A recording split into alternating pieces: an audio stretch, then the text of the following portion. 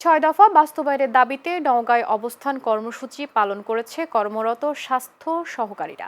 মঙ্গলবার সকালে civil surgeon কার্যালয়ের সামনে এই কর্মসূচি পালিত হয়। এ সময় বক্তব্য রাখেন বাংলাদেশ হেলথ অ্যাসিস্ট্যান্ট অ্যাসোসিয়েশনের নওগাঁ জেলার সভাপতি রেজাউল হক ও সাধারণ সম্পাদক অনুপ কুমার ঘোষ সহ অনেকে।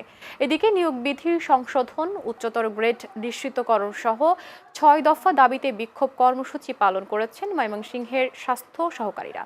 সকালে জেলা সিভিল সার্জন কার্যালয়ের সামনে বিভিন্ন উপজেলার স্বাস্থ্য সহকারীরা অবস্থান কর্মসূচি পালন করেন।